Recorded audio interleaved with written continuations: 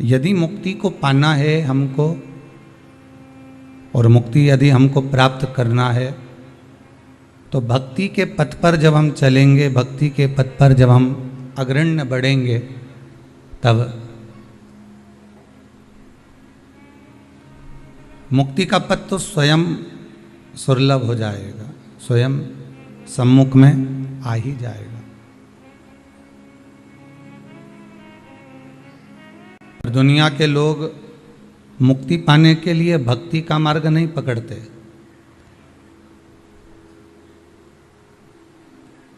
उन्होंने तो विचार कर लिया कि कैसे भी हमको मुक्ति प्राप्त हो जाए। तो ऐसे कैसे मिल सकती? और अगर मुक्ति मिल भी गई तो मोक्ष नहीं मिलने वाला। शरीर अगर छूट भी गया, एक स्वरूप हमने बदल भी लिया, फिर कोई दूसरा स्वरूप मिल गया, दूसरे स्वरूप से फिर कोई तीसरा मिल गया, तीसरे से फिर कोई चौथा मिल गया।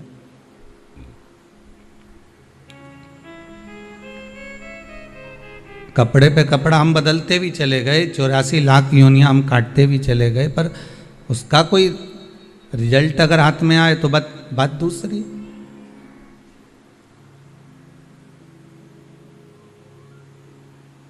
कितने बार हम जन्म लें और कितने बार अपनी मृत्यु के घाट पर उतर जाएं।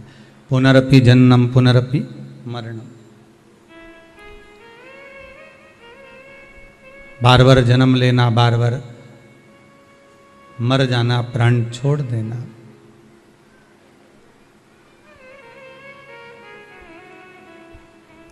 अगर संसार सागर में हम जन्म ले लिए हैं तो भगवान से प्रार्थना करना कि अब कुछ ऐसी कृपा हो जाए कि अब की जो जन्म मिला है, इस जन्म को पाने के बाद फिर हमें जन्म नहीं लेना पड़े, वापस हम कोई जन्म ना लें।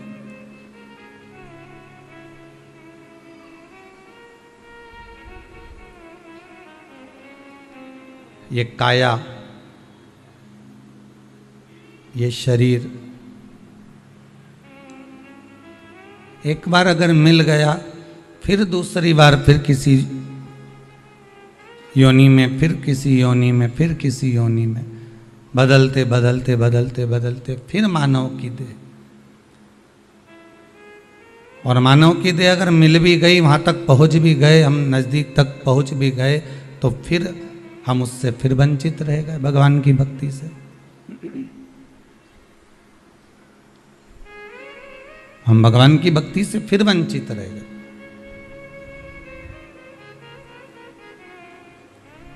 कई बार ऐसा होता है, आपका कोई कार्य होने वाला रहता है, पूरी तैयारी हो जाती है और आपको लगने लगता है कि अब यह कार्य हमारा सफल हो जाएगा, अब मैं बिल्कुल मंजिल तक पहुंच चुकी हूं।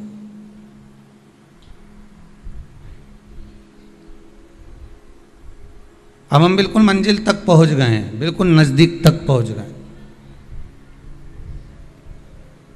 और होने ही वाला रहता है, और मालूम पड़े वो लगी लगाई जो थाली है वो खसक जाती, किसी के और के हिस्से में पहुंच जाती।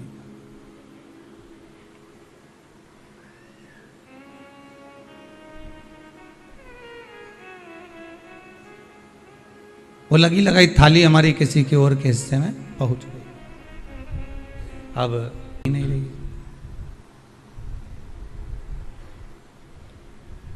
फिर पुनः प्रयास करा गया कि ये फिर प्राप्त हो जाए, फिर भी नहीं मिल रही, डिले कम करो। बारंबार हम प्रयास करते रहे, बारंबार हम पुकारते रहे, बारंबार हम बोलते गए, पर वो भोजन की थाली हमारे सम्मुख में नहीं आ पाई, हमें नहीं प्राप्त हुई। उसी तरह एक बार मानव का शरीर मिलने के बाद हमने कितने कितने प्रयास करें, अथक प्रयास बहुत किए गए कि फिर वापस मानव की देह मिल जाए। अब की बार मैं भजन नहीं कर पाया, अब की बार कर लूँगा, फिर मैं कर लूँगा, फिर मैं कर लूँगा, तो वो हमें प्राप्त नहीं हुआ।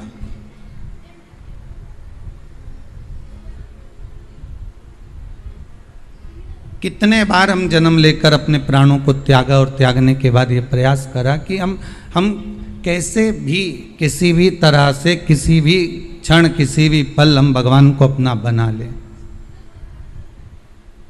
हम भगवान को अपना प्राप्त कर लें, पर नहीं हुआ। पर प्रयास करना शिव महापुराण के माध्यम से कि इस बार जो हमको मौका मिला है, इस बार हमको जो समय मिला है, इस समय के अनुसार हम भगवान को अपना बनाने का प्रयास करें।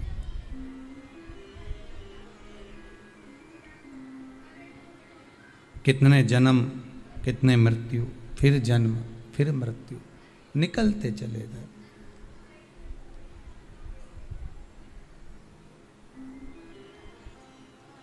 व्रत शिव महापुराण की कथा है, और केवल आपने ही नहीं, संसार के ना जाने कितने मनुष्य, संसार में जन्म लेने वाले कितने मानव, मानव के साथ में हम तो यहां तक कहेंगे कि पशु पक्षी तक भी व्रत करते हैं।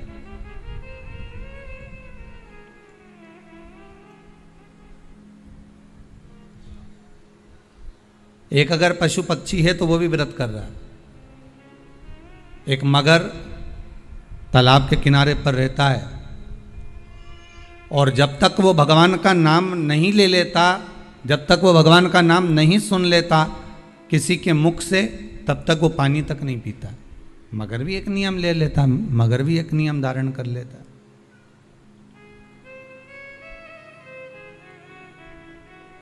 अब तालाब के किनारे पर बैठा है, एक कुंड के किनारे पर बैठा हुआ है, और उसको प्यास लग रही है, पर वो पानी नहीं पी रहा है, क्योंकि उसका एक नियम था कि मेरे कानों में भगवान का शब्द जाना चाहिए, तब मेरा जल पीना सार्थक होगा।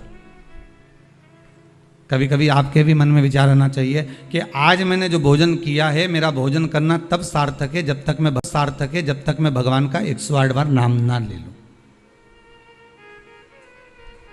केवल व्रत यही नहीं होता कि आप राजगिरे की आटे की पूड़ी खा लो, केवल व्रत यही नहीं रहता कि आप वेपर्स चिप्स खा लो, केवल व्रत यही नहीं रहता कि आप साबूदाना का पापड़ खा लो, या साबूदाना की खिचड़ी खा लो, या भगर खा लो, मोर धान खा लो। केवल व्रत ये नहीं है कि आपने केवल सीरा बनाया राजगिरे का और पा लिया। व्रत इसी को नहीं कहा गया। शिव महापुराण की कथा तो ये भी कहती है कि आप अपनी जिंदगी में अगर कोई एक नियम धारण कर रहे हो तो ये भी व्रत है।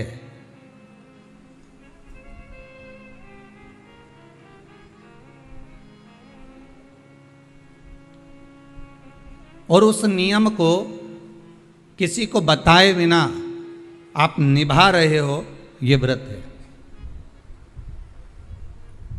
और अगर आप बात बात में थोड़ी सी देर में लड़ाई कर कर, झगड़ा कर कर कोई संकल्प ले लो कि मैं तो अब तेरे यहाँ आऊंगा ही नहीं, तो इसको नियम नहीं कहेंगे, इसको व्रत नहीं कहेंगे। ये तो आपने झगड़े में कह दिया है, मैं तो यहाँ पाँव नहीं रखूंगा, मैं तो तेरे घर पहुंचूंगा ही नहीं, मैं तो ये नहीं करूंगा, मैं तो वो नहीं करूंगी। तो इसको व्रत नहीं कहा गया, इसको तो आपने अपना अहंकार सामने प्रकट किया।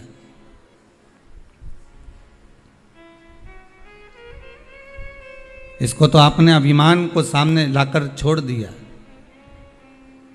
जरा सा झगड़ा हुआ, जरा सा विवाद हुआ, मैं तो इसका मुंह ही नहीं देखूंगी, अब तुम मुझसे मिलना मत ही, और मैं तेरा मुंह नहीं देखूंगी। अब तुमने तो कह दिया मुंह नहीं देखूंगी, अब तुमने सोचा कि मैंने तो नियम ले लिया या मैंने व्रत धारण कर लिया, इसको व्रत नहीं कहेंगे। ये तो तुम्हारा अहंकार, तुम्हारा अभिमान, तुम्हारी अभिमत्ता और तुम्हारा अहम जब सामने आता है तो बात बात में ये संकल्प ले लिया जाता है कि अब मैं ऐसा नहीं करूंगा, अब मैं ये नहीं करूंगी, अब मैं ये धारण कर लेती हूँ, मैं तो बिल्कुल हो नहीं दूंगी। तो ये एक नियम जो तुम बना रहे हो, ये कोई व्रत नहीं है, ये कोई नियम नहीं है, ये तुम्हारे द्वारा तुम्हारा अभिमान, तुम्हारे द्वारा तुम्हारा अहंकार, तुम्हारे द्वारा तुम्हारी अभिमत्ता, ये तुम्हारे सामने प्रकट हो रही।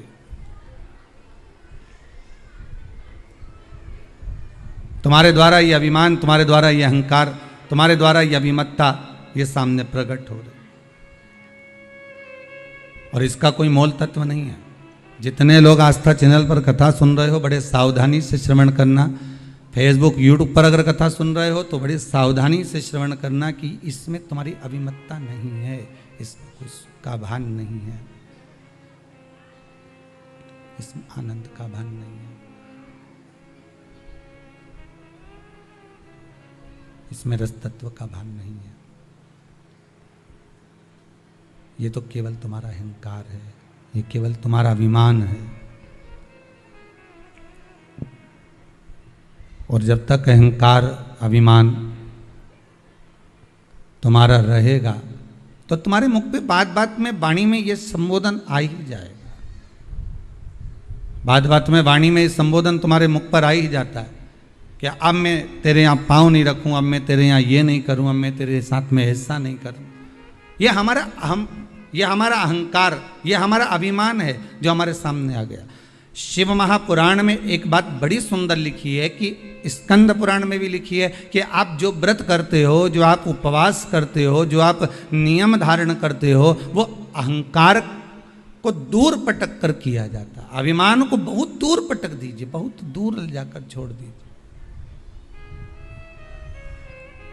जब अहंकार अभिमान आपका दूर ले जाकर छोड़ दोगे, अहंकार अभिमान आपका जब दूर चले जाएगा और उस अहंकार अभिमान को छोड़ने के बाद जब आप भगवत भक्ति में डूबोगे तब एक आनंद दूसरा ही हमें प्राप्त हो जाएगा। कितना सुंदर लिखा रहता है, एकादशी का जब हम व्रत करते हैं तो शिव महापुराण की कथा में, व्रत शिव महापुराण की कथा जो हम श्रवण कर रहे हैं, स्कंद पुराण, पद्म पुराण, नारद पुराण, कुर्म पुराण, इन पुराणों में जब हम ग्रहण करते हैं, ज्ञात करते हैं तो हमको मालूम पड़ता है कि व्रत करने से पहले, हमारे एक दिन पहले भी हमारा सोच, हमारी वृत्ति, हमारा मन, हमारी दृष्टता, हमारी चित्तवृत्ति जो भी है, हमारी दृष्टि जो भी है वो शुद्ध होना चाहिए।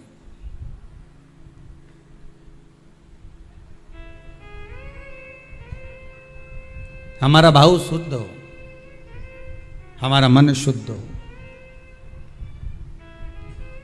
हम दूसरे से आशा तो रखते हैं कि ये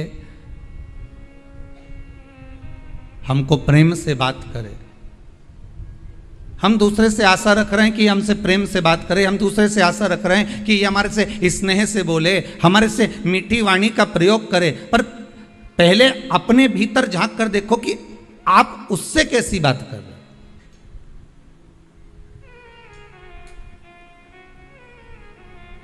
पहले भी कथा में कहा, आज फिर कहते हैं, प्रेम दोगे तो प्रेम मिलेगा। जो आपके पास में है वो आप लुटाना प्रारंभ कर दीजिए। आपके भीतर अगर अहंकार है तो आप अहंकार लुटाना प्रारंभ कर दीजिए। आपके भीतर अगर कपट है तो आप कपट लुटाना प्रारंभ कर दीजिए। सामने वाला स्वयं कपटी हो जाएगा। आपके भीतर अगर झूठ है, प्रपंच है, तो झूठ और प्रपंच लुटाना प्रारंभ कर दीजिए। सामने वाला अपने आप झूठ और प्रपंची हो जाएगा। आपके भीतर अगर विश्वास है तो आप विश्वास देना प्रारंभ कर दीजिए, विश्वास लुटाना प्रारंभ कर दीजिए, विश्वास देना प्रारंभ कर दीजिए। सामने वाला विश्वासवान हो जाएगा।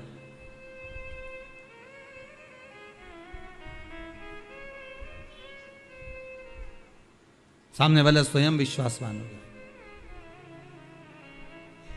आपके भीतर अगर भजन है तो आप भजन देना प्रारंभ करो, सामने वाला खुद भजन गाने बैठ जाएगा। हमने कई माताओं को देखा है, जब तीज त्योहार आता है ना, तो एक माता भजन गाने बैठती है, ढोलक लेके जो पीटना चालू करे, मंजीरा बजाने वाली भी नहीं होना तो दूसरी आके बैठ जाती, मंजीरा उठा ले बजाने लगते। उसको बजाना भी नहीं आता, फिर भी वो आकर बैठ जाती। बैठे बैठे वो ताली बजाएगी, तीसरी फिर आ जाएगी, वो बैठे बैठे ताली बजाएगी, भजन गाएगी। एक गाने बैठी थी, देखते देखते 8, 10, 15, 20 इकट्ठी हो गई।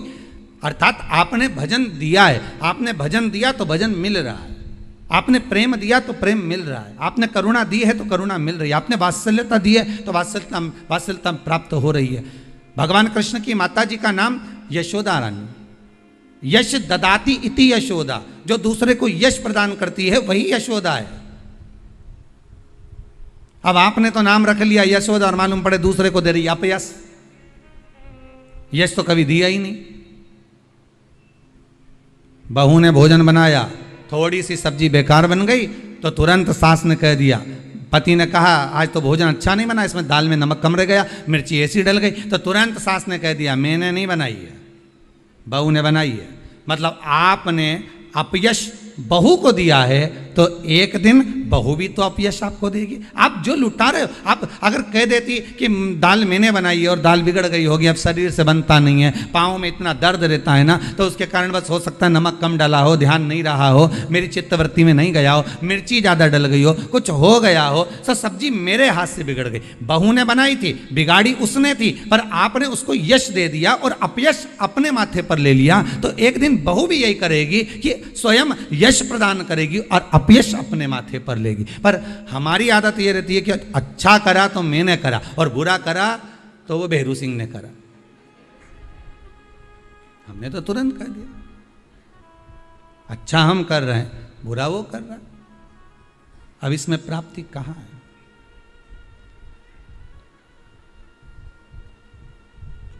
इसमें सुख का भान कहां है? आप अच्छा देने का प्रयास करो तो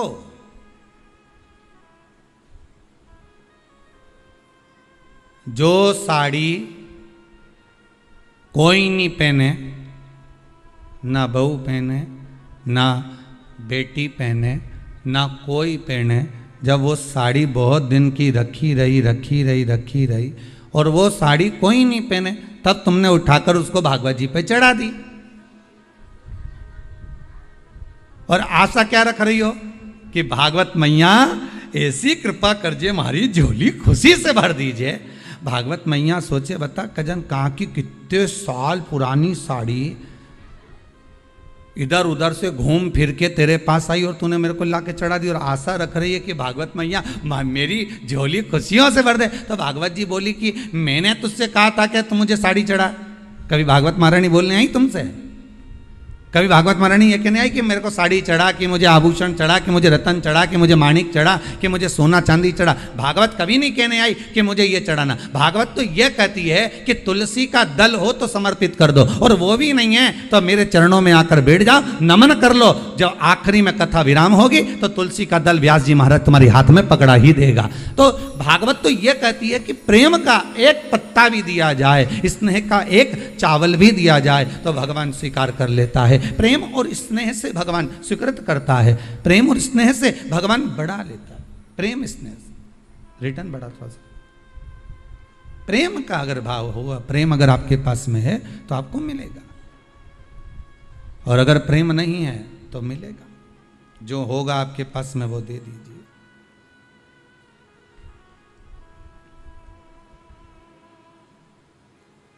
और जब आप प्रेम लुटाने लगोगे, जब आप प्रेम देने लगोगे तो प्रेम मिलने लगेगा।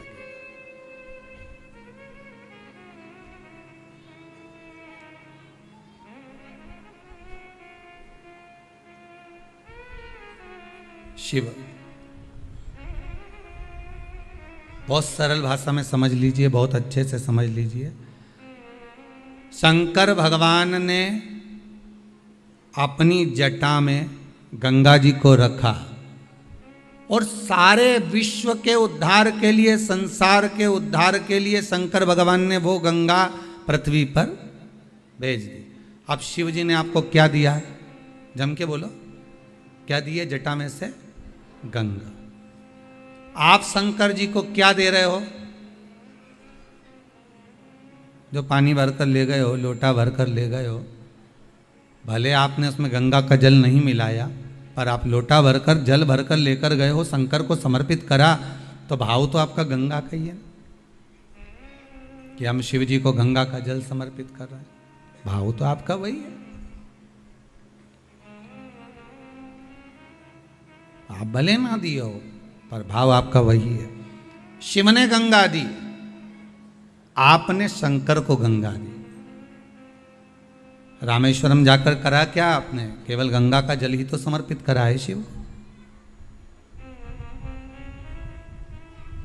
क्योंकि भोलेनाथ ने, विश्वनाथ ने, शंभू ने आपको प्रदान करा था, तो आपने उनको दिया है।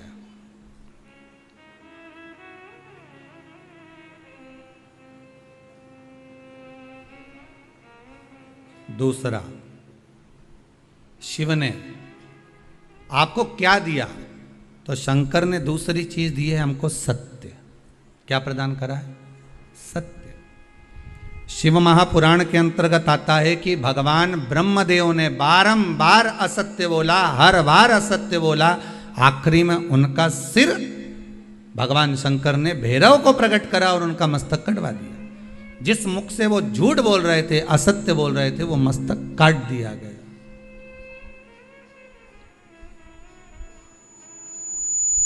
वो मस्तक काट दिया गया जिससे वो असत्य बोल रहे थे, जिससे वो झूठ बोल रहे थे।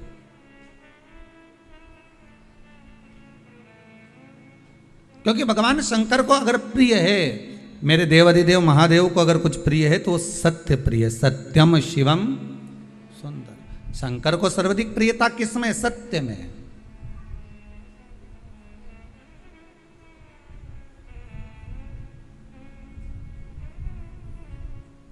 सतनाम कहो भोलेनाथ कहो, भोलेनाथ कहो, भोलेनाथ कहो। सत्य में शिव है और जहाँ शिव है वहाँ जीवन अपने आप सुंदर है। सत्य शिव ने दिया। कब दिया?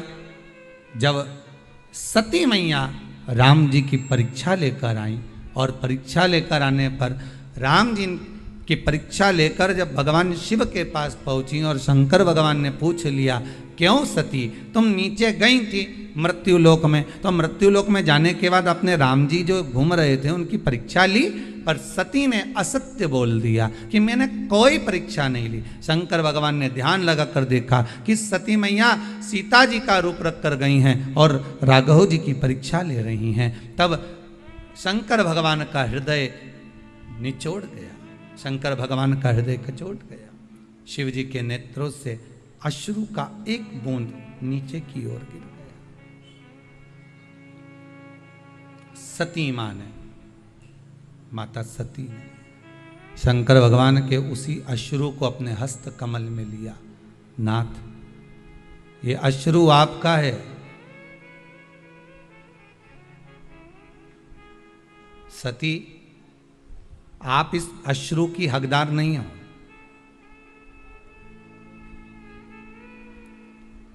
सती, आप इस अश्रु की हकदार नहीं हो।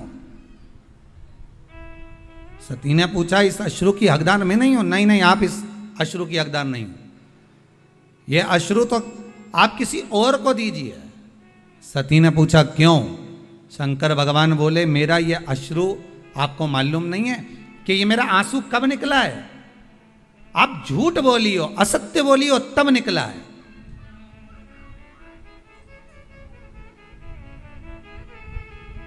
आपने असत्य कहा है, आपने झूठ कहा है, इसलिए मेरा अश्रु निकला है। सामने वाला व्यक्ति जब झूठ बोलता है, असत्य बोलता है, तो उसके सामने जिससे वो असत्य बोल रहा है, जिससे वो झूठ बोल रहा है, और उसको ये मालूम है कि सत्य नहीं है ये, तो उसके नेत्र से जो अश्रु निकलता है वही सत्य है, वही सत्य। शिव के नेत्र से जो निकला है वो सत्य है। सती मैया से कहा, इस अश्रु को आप नहीं रख सकती क्योंकि आपके पास में नहीं रह सकता, आप झूठ बोल दियो, आप असत्य बोल दियो।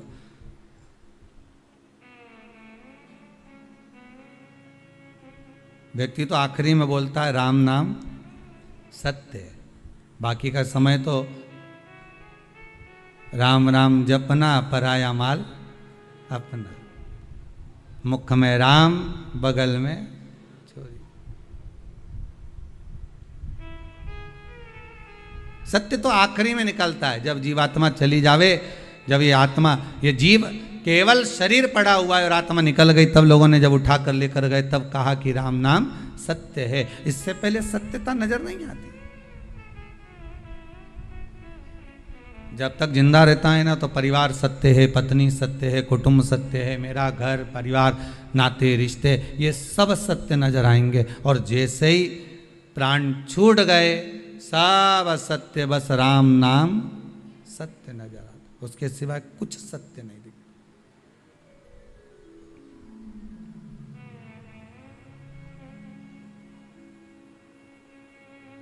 उसके सिवाय कोई सत्यता नहीं। लो सती,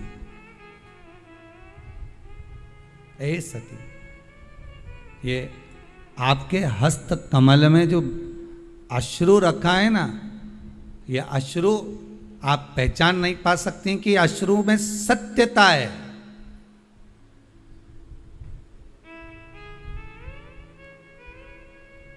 इस अश्रु को आप जान नहीं पाओगे। किसी ने एक लाइन अच्छी गाई है, शायद किसी ने गाया होगी, कोई कलाकार ने, पर अच्छा था। हजारों तरह के ये होते हैं आंसू, अगर दिल में गम हो तो रोते हैं आंसू, और खुशी में भी दामन भिगोते हैं आंसू। अब अश्रु भी 1000 तरह के होते हैं। एक हो सकता है कि प्रसन्नता का भाव आ जाए, तब आपकी आंख में आंसू आ जाए, मेरे बेटे का जॉब लग गया, मेरा बेटा ठीक हो गया, आज मेरा पुत्र ठीक हो गया। आज कोई माता आई थी, कह रही थी मेरा बेटा 5 साल से जो बीमार चल रहा था, बाबा की ऐसी कृपा हो गई, वो ठीक हो गया, वो श्रेष्ठ हो गया।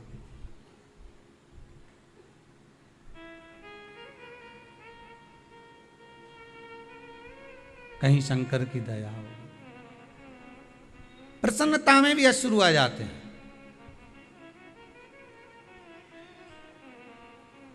जिससे मिलने के लिए बहुत समय से तरस रहे हो, बहुत समय से जान रहे हो, अगर वही माता पिता कुटुंब कबीला जिससे स्नेहता है वो सम्मुख आ जाए तो भी आंसू आ जाते हैं। प्रेम है, करुणा है, वात्सल्यता, स्नेह।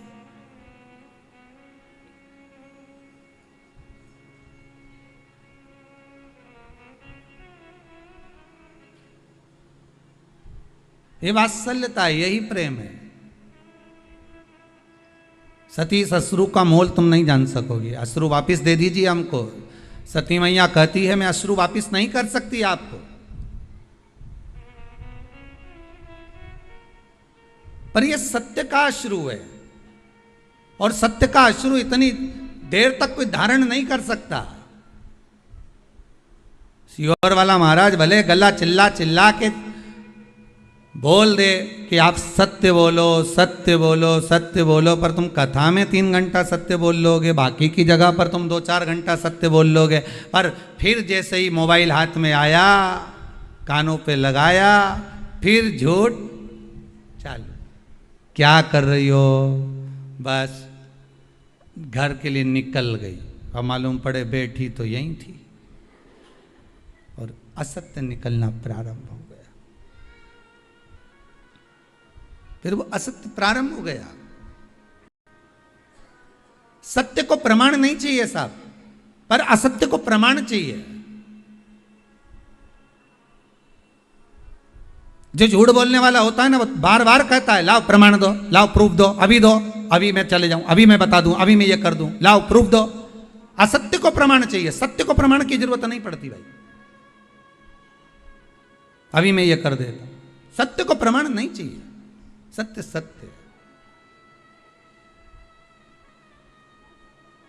सती ब्रह्मदेव ने असत्य बोला, भगवान शंकर ने तुरंत भैरव को प्रकट करा, और काल भैरव को प्रकट होकर कहा काट दो ब्रह्मा जी का सिर जिससे वो असत्य बोल रहे हैं, काटो इसका सिर। नख तोड़ा, ब्रह्मदेव का सिर कट गया, क्योंकि झूठ बोल रहे थे। असत्य से ब्रह्मा जी का सिर कट सकता है, तो झूठ बोलने से, असत्य बोलने से हमारा पुण्य कट नहीं सकता। पाप बढ़ेगा और पुण्य कटेगा, पुण्य भी तो समाप्त होता है। हमने पहले कथा में कहा था, आज फिर कहते हैं, आप 24 घंटे सत्य मत बोलो, परंतु कम से कम दिन भर में 1 घंटा तो ऐसा बना लो कि मैं 1 घंटा सत्य बोलूंगी। पर वो 1 घंटा किसी को बताना मत कि मैं इसी घंटे में सत्य बोलूंगी, नहीं तो मालूम पड़े कहीं का आकर बहू पूछ ले, क्यों मम्मी सही बताना, मेरे प्रति क्या सोच रही बैठे बैठे, और सास ने जो सत्य बोल दिया तो हो गया कल्याण। वो बताना ही मत को कौन से घंटे में तुम सत्य बोलने वाली हो।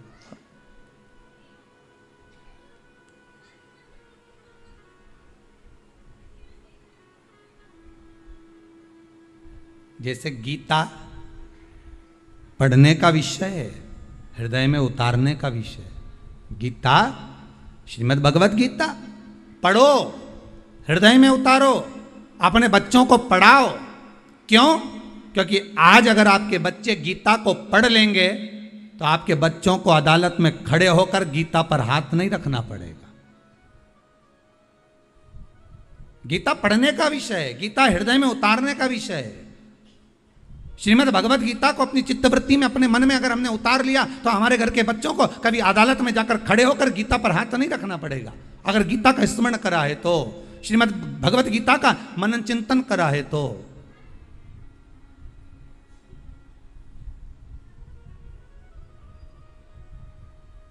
थोड़ा सा सत्य अपने जीवन में उतारो, तब जाकर जीवन का आनंद। सती लाओ, ये मेरा अश्रु मुझको दे दीजिए, ये सत्य से जो अश्रु निकला है, ये सत्य का अश्रु आप मुझे प्रदान कर दीजिए। नहीं नहीं नहीं स्वामी, मैं ये सत्य को अपने पास रखना चाहती हूँ। शंकर भगवान ने कहा, सुनो सती, अगर सत्य अगर आपने अपने पास में रख लिया तो आपको सहन बहुत कुछ करना पड़ेगा। मैं सहन करने को तैयार हूँ। अगर सत्य मेरे पास में रह रहा है तो मैं सहन भी कर लूंगी। और सती ने क्या सहन करा वो आप देख लो। सती जब पिता के यज्ञ में गई और वहां पहुंची, और पहुंचने के बाद माता सती ने जब जो देखा, देखने के बाद सती ने सत्य कहना प्रारंभ करा और सत्य सुनना प्रारंभ करा तो सती को भस्म होना पड़ा। माता सती को भी भस्म होना।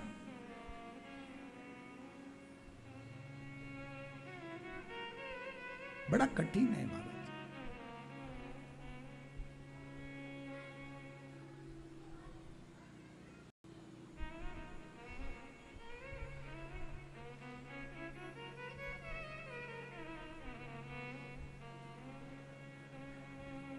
सत्य को पहचान कर, सती मैया ने बारंबार शिव से कहा, मैं सब सहन कर लूंगी सत्य को, आप मुझे दे दीजिए। शंकर भगवान ने अपना अश्रु, वो सत्य का अश्रु, सत्यता का अश्रु शंकर भगवान ने दे दिया सती माता।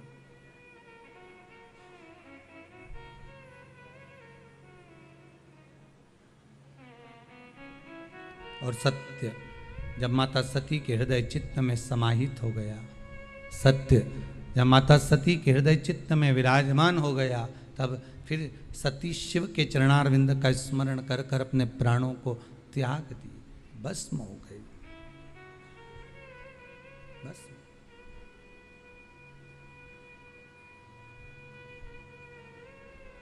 और वो सत्य के कारण ही मेरा शंकर, सती मैया हो, पार्वती मैया हो, जगत हो, संसार हो, सत्य के कारण ही मेरा शिव सबके हृदय में विराजमान है। कि आज मेरे भोले का, आज मेरे भोले का सारा जगत दीवाना है। आज मेरे